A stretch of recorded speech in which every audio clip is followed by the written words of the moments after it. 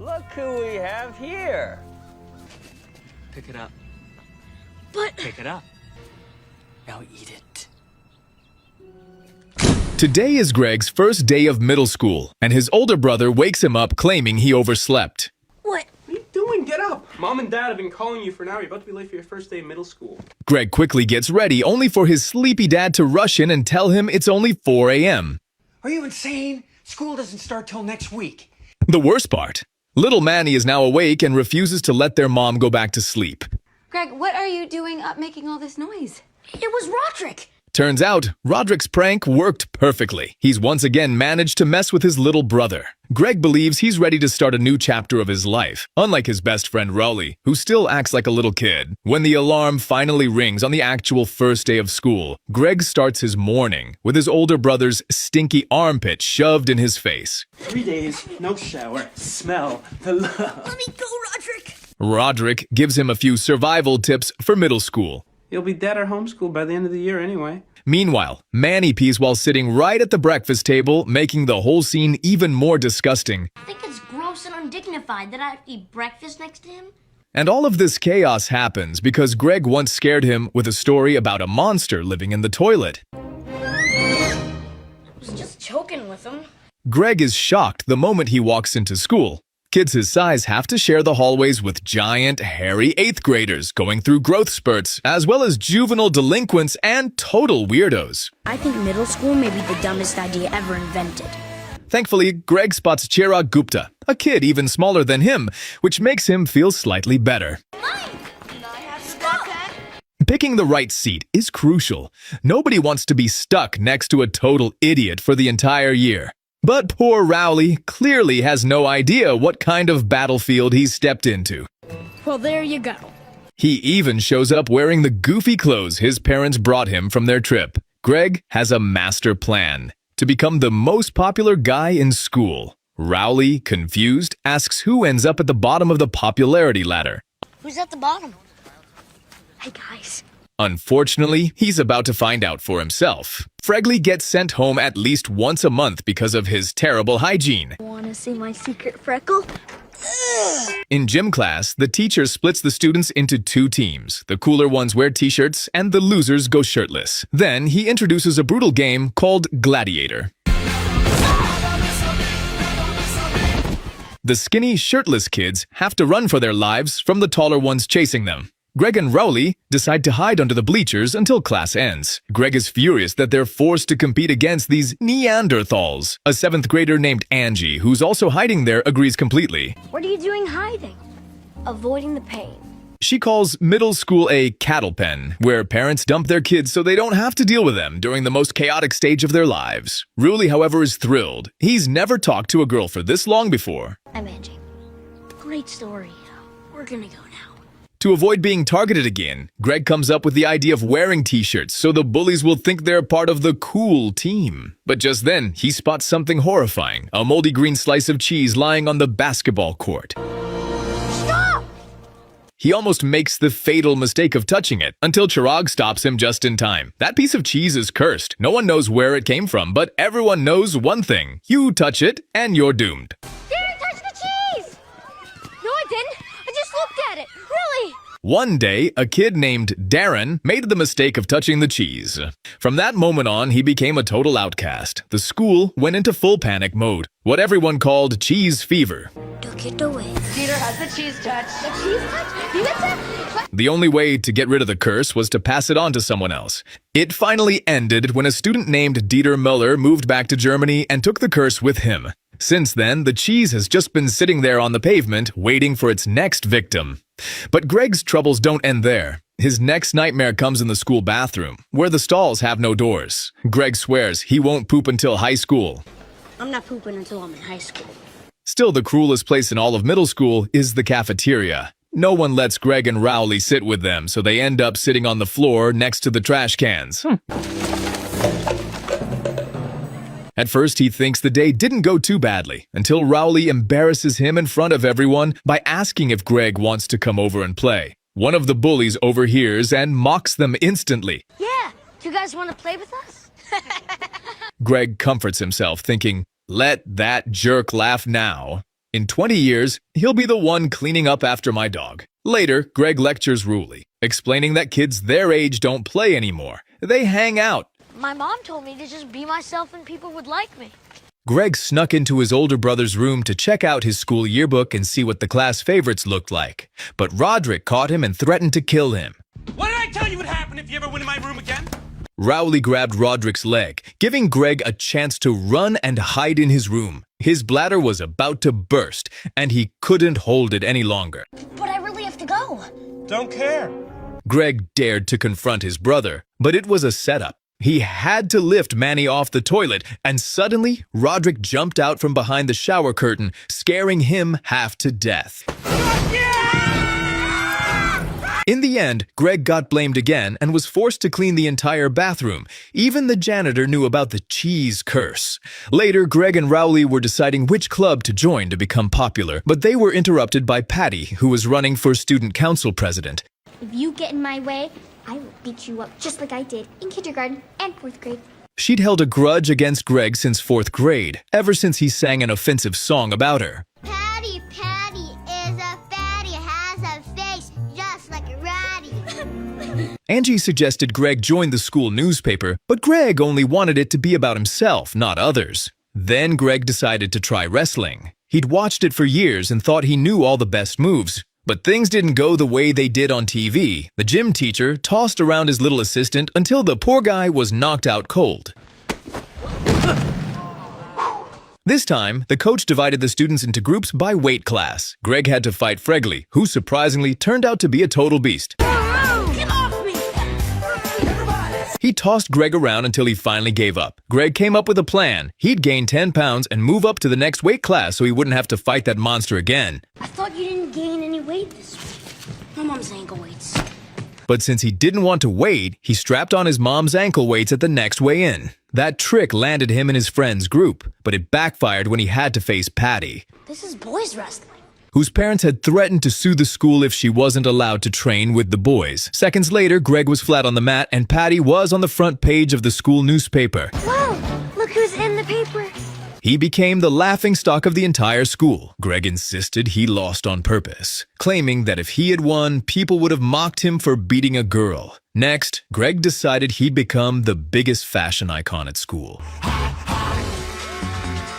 A shirt and tie, that's all he needed, but Rowley ruined it by showing up dressed exactly the same. I told you I was wearing this. I know.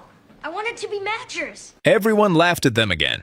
For the first time, Greg realized he might need a new best friend. In class, the kids watched a film about self-esteem.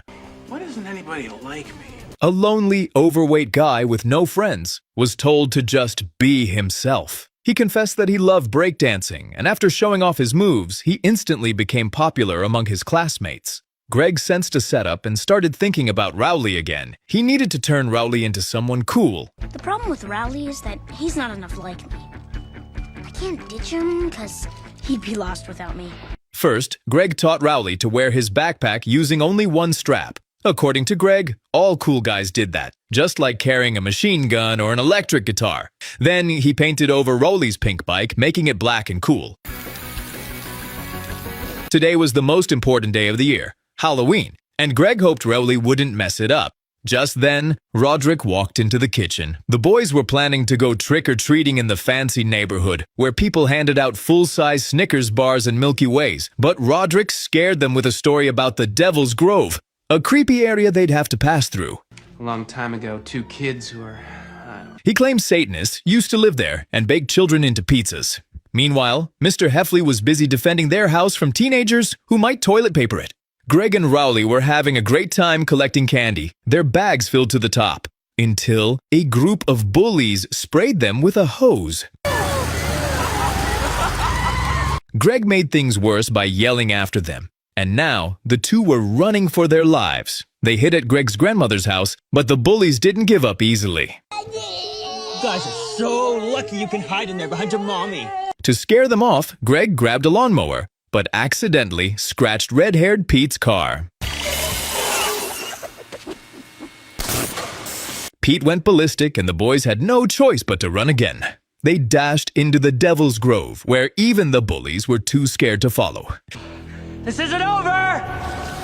Suddenly, they heard eerie laughter echoing through the trees. Terrified, they bolted out of the grove, only to discover it was just Fregley dressed as a unicorn. When they finally made it home, Mr. Heffley, thinking they were prankster teens, dumped a whole bucket of water on them. Sorry. During one of their classes, an announcement came over the intercom. New recruits were needed for the school safety patrol. This was exactly what Greg wanted, to become a middle school cop, boss people around, and punish troublemakers. With great power comes great responsibility. Greg and Rowley got their patrol uniforms, 2 cups of cocoa, and the best perk of all, they could skip algebra. In return, they had to keep the younger kids in line. Everything was going fine until red-haired Pete's car appeared. What do we do? To escape, the 6th graders pretended to be kindergarteners and somehow managed to get away. Winter eventually arrived, and during a game, Greg accidentally threw a ball at Rowley, breaking his arm. Surprisingly, this made Rowley super popular with the girls. Everyone wanted to sign his cast. Can I sign your cast? Me too. Sure. Thanks to his injury, Rowley suddenly found himself sitting at the cool kids' table, while Fregley now sat waiting for Greg at their usual spot. Not wanting to be outdone, Greg wrapped his own arm in a fake bandage. But for some reason, no one cared about his injury. No. Then, the boy who drew comics for the school newspaper got sick, opening up a golden opportunity. To get the job, Greg first had to win an art contest. He considered himself both a funny guy and a talented artist, but he couldn't come up with any good ideas.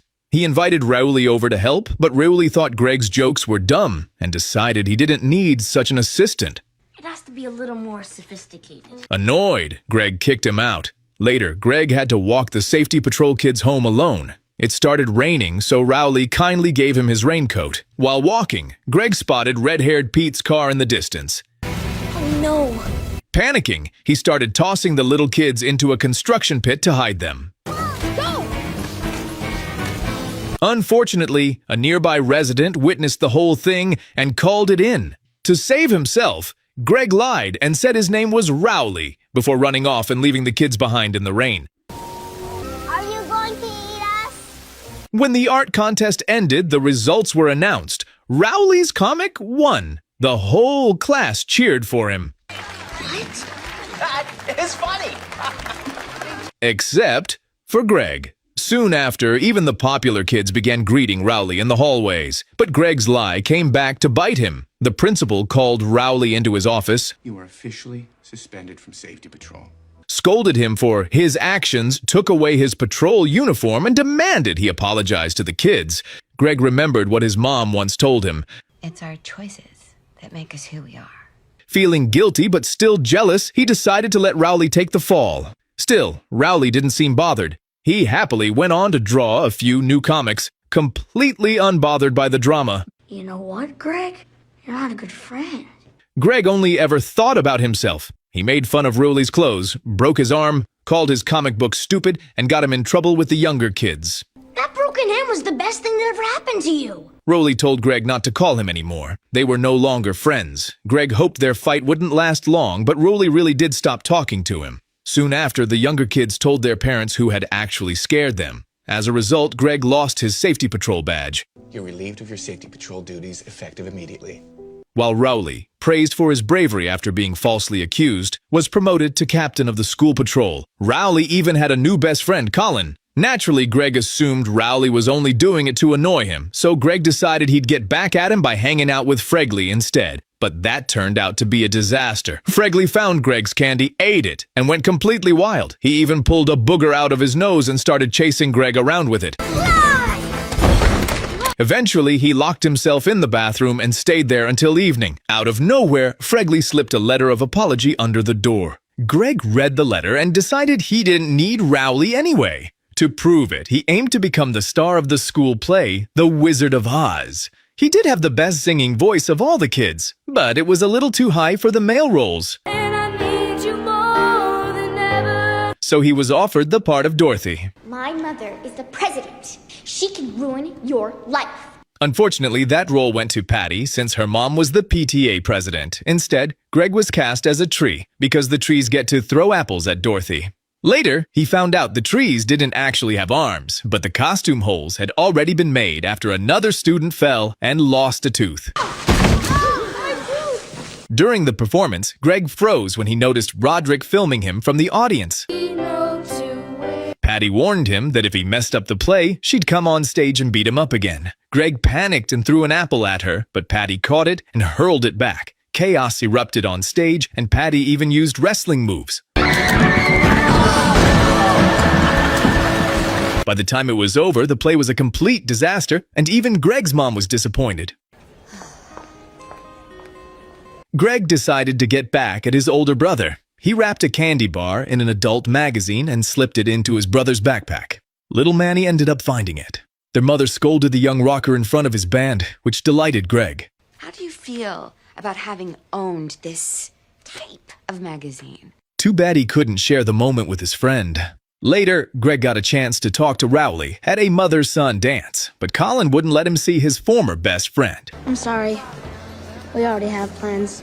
Greg felt too shy to go on his own with his mom, while Rowley was having the time of his life. One day, Rowley approached Greg asking for his game disc, but Greg, being a little mischievous, refused. It's my game.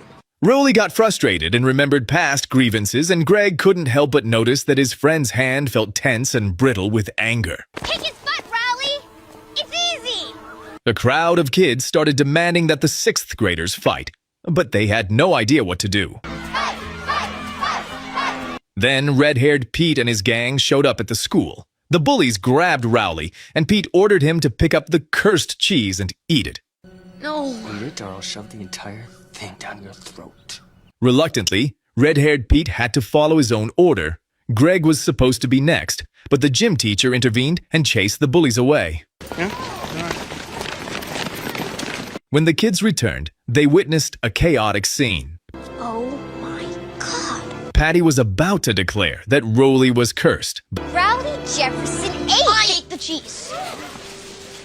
but Greg stepped in and claimed he had eaten the cheese. In reality, Rowley had only touched it. In front of everyone, Greg picked up a piece and announced that all this curse nonsense was ridiculous. Greg Heffley has the cheese touch! Angie appreciated Greg's honesty, Not bad, Heffley.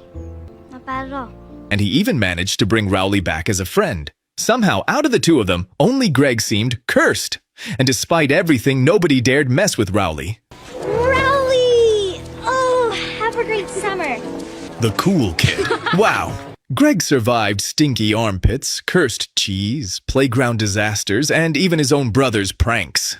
Smash that like button if you've ever had a Greg moment in your life, and hit subscribe so you don't miss the next hilarious adventure. Trust me, it's gonna be even crazier.